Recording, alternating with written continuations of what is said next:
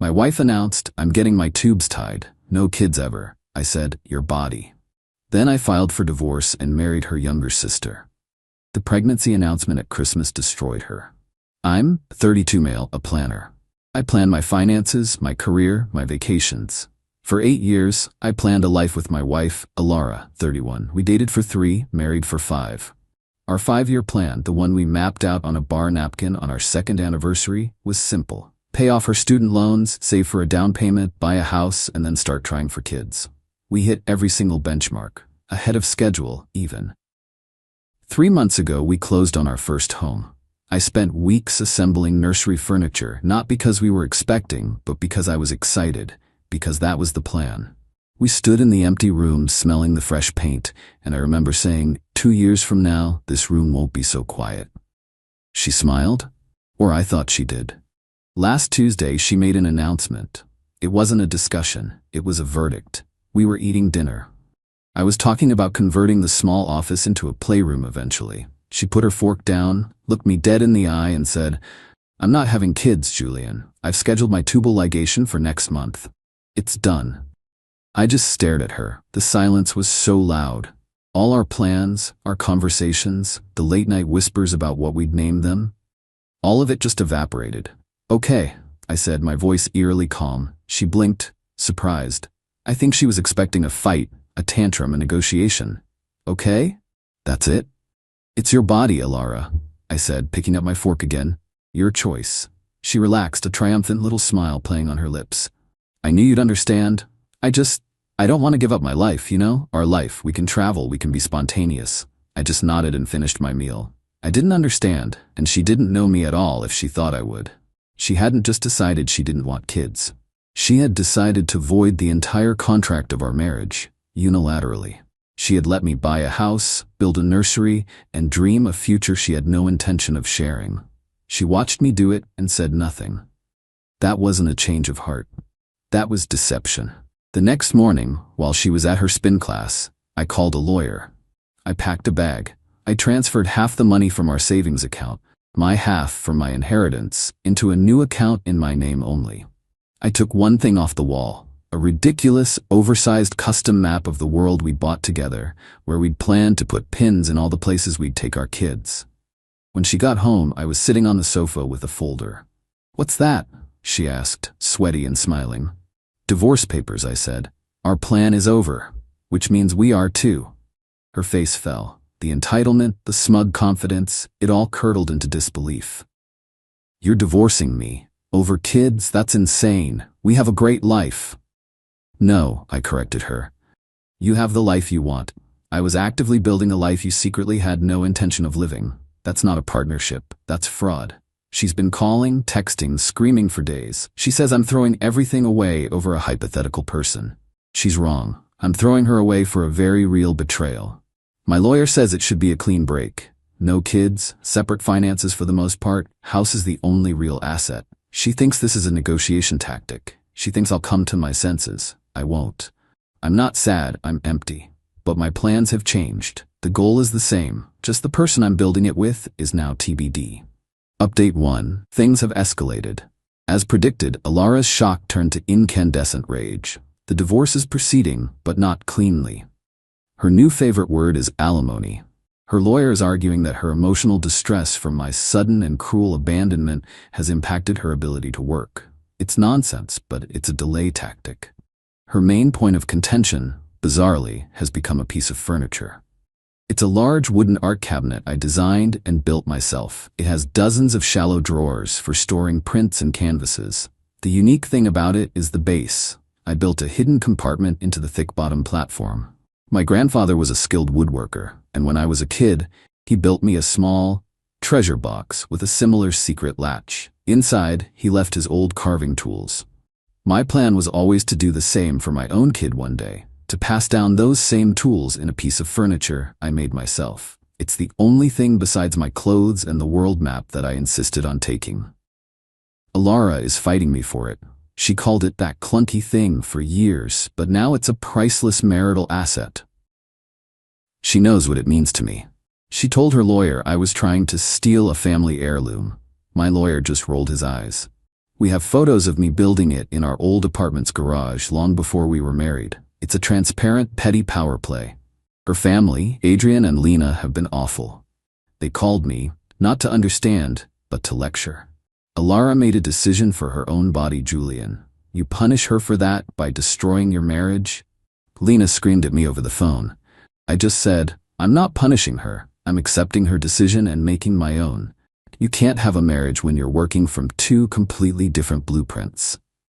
The one sane person in this whole mess has been her younger sister, Qley, 27F. She called me about a week after the split. I am so sorry, Julian, she said, her voice quiet. I don't know what Alara was thinking. She told me she'd been feeling this way for a year. I told her she had to talk to you. I never thought she'd just ambush you. It was like a dam broke. I just talked for an hour. Qley listened. She didn't judge, didn't make excuses for Alara. She just got it. We started talking more regularly, just texts at first, then calls. She's a graphic designer, and she actually appreciates the art cabinet, asking about the type of wood and the joinery. It was nice to talk to someone who didn't see me as a villain. Last week, we met for coffee. It wasn't a date. It was just two people, shipwrecked by the same storm, finding a bit of dry land. She told me the family is putting immense pressure on her to talk some sense into me. She refused. My sister lied to you for over a year, Julian, she said, stirring her latte. She let you buy a house for a family she knew she didn't want. That's not a simple change of mind. That's a betrayal. Hearing her say it, so simply, was a bigger relief than I could ever express. Alara found out we met for coffee. I don't know how, probably stalked Qley's social media. She lost her mind. She sent me a string of 30-plus texts accusing me of starting an affair with her sister before we separated. She said I was trying to turn her own family against her. It's a new layer of her entitlement. I get to detonate our life, but you're not allowed to find comfort with anyone, especially not someone in my orbit. My lawyer sent a cease and desist regarding the harassment, and we won the argument over the art cabinet. My lawyer produced the receipts for the lumber, dated 2 years before our wedding. Alara was furious. She's not just losing the marriage anymore. She's losing control, and she absolutely cannot stand it. Update 2, it's been a lifetime. The divorce was finalized 4 months ago. Alara's claim for alimony was dismissed after her own social media showed her on 2 different international vacations post-separation. Her lawyer quietly dropped the emotional distress angle. The house sold. After everything was split, we both walked away with a decent nest egg. I put mine straight into a new condo. Smaller, but it's all mine. The art cabinet sits in my new living room. It looks better here. Qley and I are together. It happened organically, without any drama. The coffee dates turned into dinners. The dinners turned into her staying over to watch movies. One night, it just felt right. We've been officially a couple for about 7 months. To say it caused an explosion in her family is an understatement. It was a full-on cataclysm. Alara, upon finding out, went scorched earth. She didn't just scream at me, she tried to poison everyone against Qley. She told her parents that Qley had been waiting in the wings for years, that she'd seduced me when I was vulnerable. Adrian and Lena, her parents, bought it hook, line, and sinker. They called Qley and disowned her. I'm not exaggerating. Her father told her she was dead to him for dancing on the grave of her sister's marriage. They cut her off completely. No calls, no money, not that she needed it, but it was the principle, nothing. It was brutal. For about a week, Qley was a wreck. She felt guilty, even though she'd done nothing wrong. I just held her. I let her cry. I reminded her that Alara's actions were the cause of all of this, not hers. We were just living in the crater she'd left behind. Alara's dirty tricks got more pathetic. She found out Qley had a big freelance project with a major beverage company. Alara tried to sabotage it. She sent an anonymous email to the project manager's public business address, full of lies about Qley being unprofessional, unstable, and a homewrecker. It backfired spectacularly. The project manager was a woman in her 50s who had been through a nasty divorce herself. She saw right through it. She called Qley, forwarded the email, and said, "Just so you know what you're dealing with. And for what it's worth, we're extending your contract." Qley's work was so good they wanted to keep her on retainer. So, Alara's attempt to ruin her career ended up giving her a promotion and a massive confidence boost. The whole ordeal solidified us. We were a team. The outside world, her family, her sister, it was all just noise. 6 weeks ago, we flew to the coast and got married on the beach. Just the two of us and a witness. We pulled off the street. It was perfect. Quiet, simple, and ours. We're happy. Genuinely, deeply happy. We bought a dog. We're making our own plans. We've started talking about our own timeline. A family. The thing I've always wanted. We haven't told anyone in her family that we're married. As far as they know, we're just dating. We decided to wait for the perfect moment, and Christmas is coming. Final update. It's over. The final domino has fallen. Qley's grandmother, a formidable woman who is the undisputed matriarch of the family, insisted on a holiday reconciliation at her house on Christmas Eve. Attendance was not optional. Qley was hesitant, but I told her we should go. We have nothing to hide and nothing to be ashamed of, I said. Let's walk in there as a unit. We knew Alara would be there. We were prepared. Or, we thought we were. The moment we walked in, the temperature in the room dropped by 20 degrees. Adrian and Lena gave us a look that could curdle milk. Alara was holding court by the fireplace, looking smug.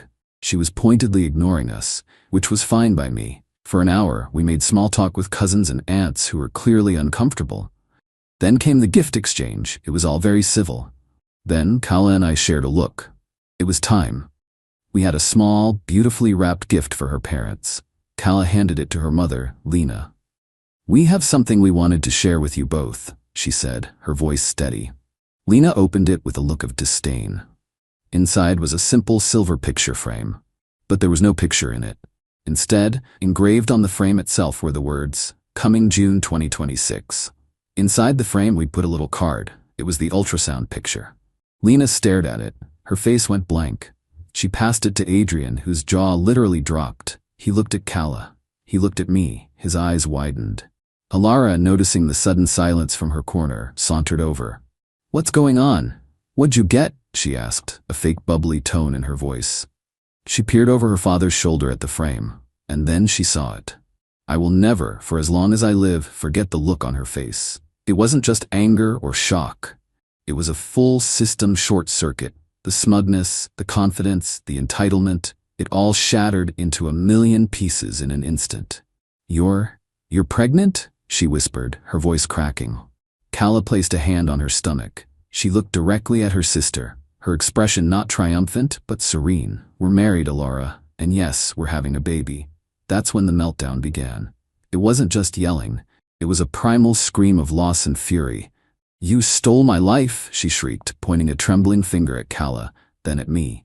"That was supposed to be my house. My husband, She couldn't even say the word baby. "You planned this. You were waiting for me to fail." The entire family was frozen, watching in horror.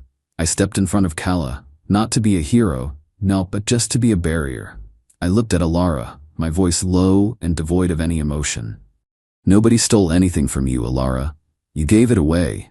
You held a winning lottery ticket in your hand, and you set it on fire because you decided you didn't want the prize. Qley and I just picked up a different ticket." I turned to her parents. "And you two. You disowned one daughter for the crime of finding happiness, all to protect the one who lied and deceived everyone. You chose your side. I hope you're happy with it." Adrian and Lena looked utterly broken. They were staring at Qley's stomach, then at Alara's contorted, tear-streaked face. The dream of being grandparents was happening, but with the daughter they'd thrown away and the man they'd branded a villain. Their path to their first grandchild was through us, the people they had publicly condemned. You could see the frantic calculations happening behind their eyes. Alara was just sobbing now, incoherent things about betrayal and how unfair it all was. We didn't stay to watch the rest. Qley grabbed my hand and we walked out of that house, leaving the wreckage behind us. The car was silent on the way home. Qley finally broke the silence. "I feel free," she whispered. My phone started buzzing before we even got home. A text from Lena. "Qley, please, let's talk." Then one from Adrian. "We are so sorry. We want to be in our grandchild's life." We ignored them. Last night, Qley and I were setting up the art cabinet in the new nursery. It's painted a soft yellow now. I opened the secret compartment, showing her how the latch worked. The old carving tools from my grandfather were nestled inside. "He would have liked you," I said, my voice thick with emotion. She leaned her head on my shoulder, her hand on her belly. "I think he would have too. This is my life now. It's not the life I planned 8 years ago on a bar napkin. It's better. It's real." Alara didn't just lose a husband. She lost the future she threw away, and now she has to watch it unfold right next door for the rest of her life. That's not revenge. It's just cause and effect. And it's a kind of justice I can live with.